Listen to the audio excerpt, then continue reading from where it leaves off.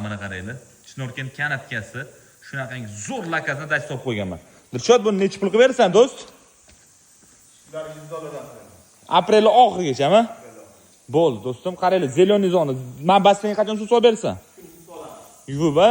Xo'p, qozon o'choq, suv, tapchan, stolni tennis. Ichkarida hamma sharoitlaring zo'r, do'stim. Uyaltirmaydigan dachidan bittasi. Glavniysi halol va pokiz dachamizdan bittasi. Qaranglar, kirganda приятный remont. Ko'zni og'ritmaydi. Finskiy saunamiz 15 zimniy basseyn, suvlar qaynoq bo'lib turibdi. Xo'p, bu tomon shunaqa katta keng koridor. Birinchi двухспальныйmiz va ikkinchi spalnimiz ordinarniy. Xo'p, bu yerda katta spalniy, dachamizda 3 ta spalniymiz bor.